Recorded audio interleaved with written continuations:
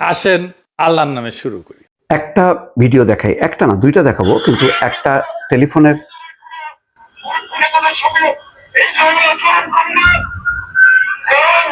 আমাদের দল আমাদেরকে শিক্ষা দেয় নাই। আমাদের নেত্রী আজকে হাসপাতালে চিকিৎসা দিয়ে বাংলাদেশের মানুষ ওরা জন্য দোয়া করছে।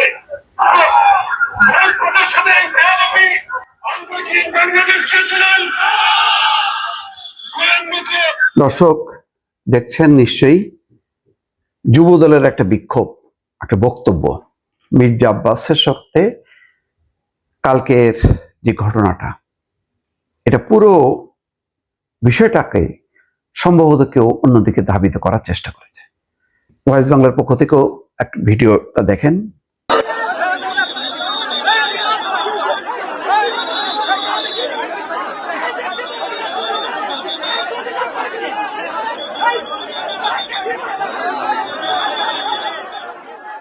মির্জা আব্বাস খুব শান্তভাবে এসছে এবং ঘটনা শোনার সাথে সাথেই, যেহেতু ওসমান হাদি ঢাকা ৮ আসনের নির্বাচনে প্রতিদ্বন্দ্বী প্রার্থী, সেই অর্থে মির্জা আব্বাসের প্রতিপক্ষ। কিন্তু দেখেন, ঢাকা ৮-এ তো আরো অনেক প্রতিপক্ষ থাকবে, তাই না? ওসমান হাদিকে সে স্বতন্ত্র প্রার্থী, সেখানে শক্তিশালী প্রার্থীকে নিঃসন্দেহে জামাত যাকে নমিনেশন দেবে তিনি হবেন। আবার শুনছি যে সাদিক কায়েম ডাকসুর ভিপি, সেও নাকি দাঁড়াতে পারে। তাহলে এদেরকে বাদ দিয়ে ওসমান হাদি নিশ্চয়ই এমন প্রতিপক্ষ না যে মির্জা আব্বাস ধরাশায়ী হয়ে যাবে। ফলে মির্জা আব্বাসের পক্ষ থেকে মানে হাদিকে চেস করা হবে, এমন হবার কোনো হিসাবেই মেলে না। এবং এখন দেখা যাচ্ছে যে বলা হচ্ছে যে ওসমান হাদিকে যারা টার্গেট করেছে, গুলি ছড়েছে, তারা শনাক্ত হয়েছে, একজন শনাক্ত হয়েছে।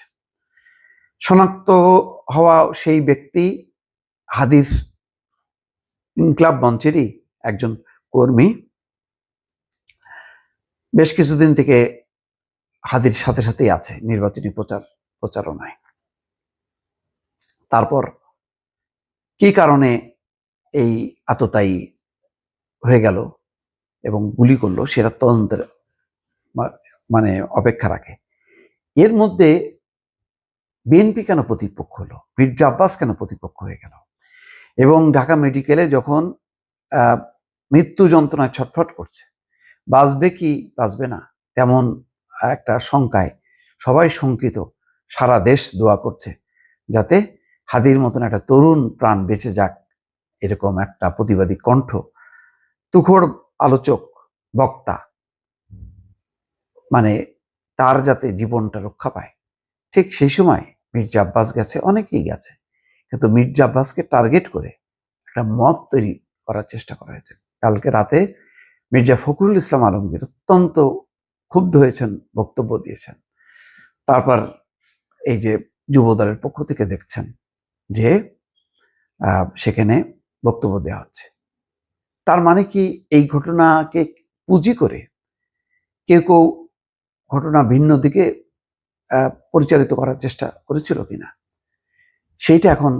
সেটাও কিন্তু এখন তদন্তের অপেক্ষা রাখে। কারা উস্কানি দিল, কারা ভুয়া ভুয়া করে চিৎকার করলো, কেন করলো, কি উদ্দেশ্য আছে, কেন এখানে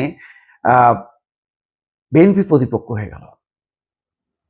অথচ প্রতিপক্ষ হওয়ার কথা কিন্তু আরো অনেকের, বা কারো কারো, আমি সেদিকে আর ইঙ্গিত করছি না। বিএনপির দিকে আঙুল তুলে কারা একটা অস্থিতিশীল পরিস্থিতি তৈরি করতে চায়। তার মানে সামনে নির্বাচন, সেই নির্বাচনে বিএনপিকে যাতে বেকায়দায় ফেলা যায়, যেহেতু বিএনপি অনেক আগে থেকেই নির্বাচন চাইছিল, দাবি করছিল এই 5ই আগস্টের পট পরিবর্তনের পর থেকে, এবং তখন কোনো কোনো মহল খুব তাচ্ছিল্য ভরে সমালোচনা করছিল যে এরা ক্ষমতা চায়, এরা সংস্কার চায় না, এরা বিচার চায় না। সেই গোষ্ঠীগুলি কি তাহলে আবারও নির্বাচন যাতে এই ঘটনার প্রেক্ষিতে ওসমান হাদিকে যে হত্যার চেষ্টা ঘটনাকে কেন্দ্র করে তারা কি এমন একটা পরিস্থিতি তৈরি করার চেষ্টা করলো এবং বিএনপির বিরুদ্ধে একটা জোয়ার তোলার চেষ্টা করলো বা রব তোলার চেষ্টা করলো, যাতে নির্বাচন বানচাল হয় অথবা নির্বাচন হলেও যাতে বিএনপি চরমভাবে ধরাশায়ী হয়। সেই উদ্দেশ্য কিনা এটা ভেবে দেখার দরকার। এইটা আমি বলবো যে ওসমান হাদি যারা হত্যাকারী বা ষড়যন্ত্রকারী, যারা হত্যা চেষ্টার সাথে যুক্ত ছিল, তাদেরকে যেমন ধরা উচিত, তেমনি কারা কালকে মব তৈরি করার চেষ্টা করলো, তারা কারা, তাদের রাজনৈতিক পরিচয় কি, এটাও খুঁজে বের করা দরকার। পুলিশ যাতে, আইন শৃঙ্খলা কর্তৃপক্ষ যদি এই বিষয়গুলো নিয়ন্ত্রণ না করে, তাহলে কিন্তু সামনের দিনগুলোতে আইন শৃঙ্খলা পরিস্থিতি স্বাভাবিক থাকবে না। মিছিল সমাবেশ নিষিদ্ধ করা হয়েছে সত্য, কিন্তু হঠাৎ হঠাৎ এই মবগুলো কিন্তু একেবারে গভীর একটা আতঙ্কজনক পরিস্থিতি তৈরি করবে। অন্তত নির্বাচনের পরিবেশ বলে কিছু থাকবে না। নির্বাচনটা আস্তে আস্তে উৎসব মুখরতার পরিবর্তে এমন বিতর্কিত হবে, ভয়াল হবে, যে নির্বাচনটা প্রশ্নবিদ্ধ হবে এবং এই সুযোগটা প্রতিপক্ষ রাজনৈতিক দলগুলো যারা দেশে বিদেশে আছে তারা কিন্তু এটা কাজে লাগানোর চেষ্টা করবে। অতএব সাধু সাবধান। ভাই, চিন্তা করেন কি একটা অস্থির সময় আমরা পার করছি। একটা দিন শান্তি আছে, একটা দিন স্বস্তি আছে বলেন? গতকালকে টান টান উত্তেজনা গেল সারাদিন। সকালবেলায়, আজকে শনিবার, সকালবেলায় উঠে আপনার মনে হয় যাক কালকের দিনটা গেল, আজকে আপনার একটা স্বস্তি না। আপনি টেলিভিশন নিশ্চয়ই খুলেছেন বা অনলাইন পত্রিকাগুলো আপনার সামনে, কি দেখছেন?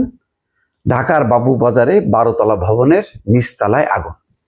সেখানে কেমিক্যাল নেই, কিন্তু মানে জুট ছিল, কাপড় চোপড় বা এই সমস্তগুলি। এমন আগুন নিয়ন্ত্রণই করা যাচ্ছে না। 14টা ইউনিট চেষ্টা করছে। সেখানে 45 জন উদ্ধার হয়েছে, কোনো হতাহতের খবর নেই, কিন্তু ধোঁয়ায় আচ্ছন্ন একটা ভয়ঙ্কর পরিবেশ। বলেন, এই খবর যখন কি টেলিভিশনে সকাল থেকে যাচ্ছে, তখন আপনার কেমন লাগে? কালকে কেমন দিনটা পার করলেন? শুক্র শনি 2টা দিন ছুটি, অন্য দিন তো বাদই দিলাম। আপনার ছুটির দিনেও স্বস্তি আছে, শান্তি আছে? নেই। হয় প্রাকৃতিক, নাই মানুষ সৃষ্ট, একটা না একটা গজব লেগেই আছে। কালকের দিনটা শুধু কল্পনা করেন, ওসমান হাদি বড় কোনো দলের প্রার্থী না, কিন্তু পরিচিত মুখ। সাম্প্রতিক সময় 5ই আগস্টের পর টেলিভিশন টকশোতে খুবই তুখোড় আলোচক, ভালো প্রতিভাবান, তার যে মতাদর্শই থাকুক না কেন, সে একজন প্রার্থী, তরুণ প্রার্থী। হঠাৎ করে গুলি, তার প্রতিপক্ষকে বোঝা গেল না। তারপর হাসপাতালকে ঘিরে একটা হুলস্থুল কাণ্ড।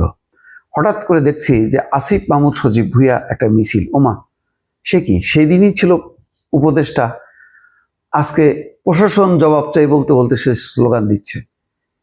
একটা শোডাউন। এটা কি নির্বাচনী নাকি প্রতিবাদ বুঝলাম না। অন্য রূপে দেখলাম আসিফ মাহমুদ সজীব ভুঁইয়া। তারপরে মির্জা আব্বাস, একজন সিনিয়র নেতা বিএনপির, তিনি সহমর্মিতা প্রকাশ করার জন্য এবং ঘটনার পর বোধহয় প্রথম তিনি ঢাকা মেডিকেলে গেলেন।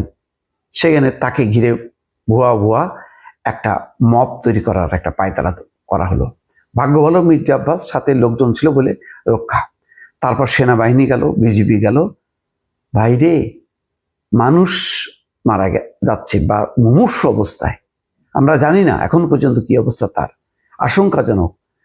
আপনার সেই দিকে দোয়া নেই, সেই দিকে উদ্বেগ উৎকণ্ঠা নেই। আপনি এখানে নানা রকম সুযোগ খুঁজতেছেন যে এটাকে ইস্যু করে কি করা যায়। চিন্তা করেন, মতলবগুলি দেখেন। কেন মির্জা আব্বাস গুলি করছে? তার লোকজন গুলি করছে? ওসমান হাদি কি মির্জা আব্বাসের প্রতিদ্বন্দ্বী? ওই এলাকায় যদি প্রতিদ্বন্দ্বী থাকে তাহলে জামাতের কোনো প্রার্থী হবে।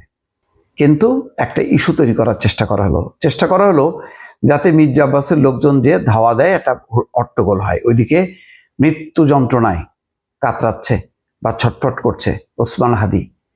ডাক্তাররা আপ্রাণ চেষ্টা করছে তার মাথা থেকে গুলি বের করার জন্য। পরে পরিস্থিতি যখন দেখছে যে আরো উন্নত চিকিৎসা দরকার, তাকে এভার কেয়ার হসপিটালে পাঠানো হলো। সরকারের পক্ষ থেকে দ্রুত বেগে উদ্বেগ উৎকণ্ঠা প্রকাশ করা হলো, তার চিকিৎসার সমস্ত দায়িত্ব ঘোষণা করা হলো। কিন্তু এত কিছুতেও মতলবকারী যারা এই একটা ইস্যুকে কেন্দ্র করে যারা অন্যদিকে টার্ন করার চেষ্টা করলো, তাদের তো মনে শান্তি নেই। অথচ দেখেন এভার কেয়ার হসপিটালে যে জুবাইদা রহমান যিনি এসছেন, তার শাশুড়ির চিকিৎসা খোঁজখবর নিতে বা সেই উনিও মুমূর্ষু অবস্থার মধ্যে আছেন, সেখানে কিন্তু জুবাইদা রহমান দেখা করলেন ওসমান হাদির বোন এবং ভাইয়ের সাথে। মির্জা ফখরুল ইসলাম আলমগীরও গেছেন আজকে। এত কিছুর পরেও এই যে শত্রু খোঁজা এবং ভুল শত্রু খোঁজা, এই প্রবণতা চিন্তা করছেন। ভাগ্য ভালো, কালকে একটা স্বস্তির খবর হলো এই, যেটা অনেকেই প্রত্যাশা করছিল যে এই অবস্থার মধ্যে তারেক রহমান দ্রুত ফিরুক এবং বিএনপি নেতৃত্ব দিক, দেশের নেতৃত্ব দিক। তারেক রহমান আসাতে একটা স্বস্তি। রাতের বেলা 9:30টার সময় জরুরি সংবাদ সম্মেলন করে ঘোষণা করা হলো। কিন্তু সকালবেলায় দেখেন আবার মানুষ্য সৃষ্টি নাকি প্রাকৃতিক আগুন, ভয়াল আগুন। একটা দিনও আপনি স্বস্তি পাবেন না, শান্তি পাবেন না। আর কিছু গোষ্ঠী মনে হচ্ছে যেন ওত পেতে আছে একটা সুযোগের অপেক্ষায়। এরা নতুনভাবে মাঠ দখল করতে চায়। এই নতুন নতুন মুখগুলো, নতুন নতুন গ্রুপগুলোকে আমরা চিনি না, জানি না। এরা জেনজির নামে কখনো নানা রকম মানে রূপ ধারণ করে এরা সামনে আসছে। যে ব্যাকগ্রাউন্ড কি, কোথা থেকে আসলো, আগে কোথায় ছিল, আমরা কিছুই জানতেছি না। এখন তোলপাড় করতেছে, মনে হচ্ছে যে গত 15-20 বছর যারা লড়াই সংগ্রাম আন্দোলন করলো তারা কিছুই না। বিএনপির মতন দল কি পরিমাণ নির্যাতনের শিকার হলো তার প্রমাণ হচ্ছে বেগম খালেদা জিয়ার এই যে সময় মতন চিকিৎসা না পাওয়ার জন্য পড়ে থাকলো। তারেক রহমান পড়ে আছে লন্ডনে। সবই 15 বছরের দুঃশাসনের কারণে। কত নেতা কর্মী শেষ হয়ে গেছে, জামাতেরও কত নেতা কর্মী জীবন দিল, তারা কিছুই না। এখন হচ্ছে নানান রকম গ্রুপ, বিভিন্ন নাম দিয়ে সেই গ্রুপগুলি হচ্ছে আমরাই আসল, আমরাই বিপ্লব করবো, আমরাই পাল্টায় ফেলবো, সব কিছু উল্টায় দেবো, সব কিছু পাল্টায় দেবো। দেখেন আমি নাম বললাম না, খেয়াল করে দেখেন কে কি বলতেছে। সব উস্কানিমূলক কথাবার্তা। শান্তি নেই তাদের, স্বস্তি নেই, মানুষকে ঐক্যবদ্ধ করা সেই চেষ্টাটা নেই। এইভাবে চলে ভাই? একটা দেশ এইভাবে চলতে পারে? প্রতিটা দিন আপনি অস্থিরতা। আপনি কাজ করবেন কি, উন্নয়ন করবেন কি, দেশ আগাবে কিভাবে? আগাচ্ছে না। এই অস্থিরতার মধ্যে মানুষ মনে করতেছে তো ভাই কি মানে আজব একটা দুনিয়ার মধ্যে পড়লাম, কিন্তু আগেই ভালো ছিলাম তার চেয়ে। এটা একভাবে চলতেছিল তো ওটাই ভালো। বলেন ঠিক বললাম কিনা? মানুষ কিন্তু এখন সেটাই চিন্তা করছে। কিন্তু আমাদের এই উস্কানি দাতারা রাস্তাঘাটে, কারণ তারা মনে করছে আরে বাহ মজা তো, পুলিশও লাঠি পিটায় না, গ্রেপ্তারও করে না, গুম করে ধরে নিয়ে যায় না, উধাও করে নিয়ে যায় না, ভালোই মজা তো। সেই মজা এখন তারা ভোগ করতেছে মানুষকে কষ্ট দিয়ে। যখন তখন অবরোধ। আপনি জানেন না ঢাকা শহরে বেরোলে আপনি এক জায়গা থেকে আর এক জায়গায় খুব শান্তিভাবে মানে আপনি পৌঁছতে পারবেন কিনা। দেখবেন যে হঠাৎ করে অবরোধ, না হয় আপনাকে দুষ্কৃতিকারী আপনাকে ধরছে, আপনার জীবন গেল, আপনার মোবাইল গেল, আপনার টাকা পয়সা গেল, মানে জীবনটা নিয়ে আপনি ফিরতে পারবেন কিনা সেটাই একটা মানে সংশয়। খেয়াল করেন, মাত্র 2000 টাকার জন্য একটা 20 বছরের একটা মেয়ের হাতে মা মেয়ে জীবন দিল। এই ঘটনা রেশ কাটতে না কাটতেই দেখেন তারপরে ঘটনাটাকে দিনে দুপুরে গুলি করতে করতে চলে যাচ্ছে হেলমেট পরে, কোনো রকম বাস বিচার নেই যে সিসি ক্যামেরায় আপনি ধরা পড়লেন কি পড়লেন না, এগুলির কোনো আপনার কেউ কেয়ারই করছে না। এত বেপরোয়া একটা মনোভঙ্গি। আমি বারবার বলছিলাম ভাই এখন তো হাসিনার আমল নেই যে রাজনৈতিক প্রতিপক্ষকে দমন করা। এখন যদি একটু বন্দুকটা ওপেন করেন, একটু ফায়ার করেন, তাহলে অন্তত স্বস্তি হবে যে না ওই যারা দুষ্কৃতিকারী দুর্বৃত্ত তারা বুঝবে যে না রে ভাই, 1/11 সময় মনে নেই, দুর্বৃত্তরা কিন্তু তখন দৌড়াচ্ছিল, আর এখন তাদের দৌড়ানিতে আইন শৃঙ্খলা বাহিনী দৌড়াচ্ছে উল্টা। কি আজব ব্যাপার! মানে বন্দুকটা ওপেন করেন, দুই একটা ঘাতক অন স্পট তাদেরকে বন্দুক যুদ্ধ করেন, নাহলে দেশ চালাতে পারবে না। নির্বাচিত সরকার আসুক বা না আসুক, কারো কিন্তু কোনো এখন মনে শান্তি নেই। কেউ দেশ চালাতে পারবে এটা কিন্তু বিশ্বাস করে না। আপনাকে চরম কঠোর সিদ্ধান্ত নিতে হবে, নতুবা সর্বনাশ হয়ে যাবে, বিস্ফোরণমুখ একটা পরিস্থিতি হবে। বিশ্বের বহু দেশ, অনেক উন্নত দেশও কিন্তু আইন কানুন দিয়ে কিন্তু নিয়ন্ত্রণে রাখছে।